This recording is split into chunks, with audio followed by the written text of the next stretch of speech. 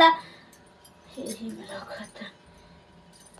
केनियों से आवे हनुमान गले तुलसी जी के माला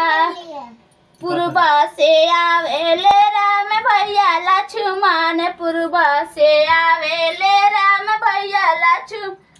पश्चिमा से आवे हनुमान गले तुलसी जी के माला पश्चिम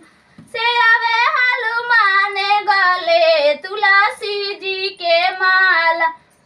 दाल भात खियाइबो मेरा में भैया लक्ष्मण दाल भात खियाइबो मेरा में भैया लक्ष्मण खौए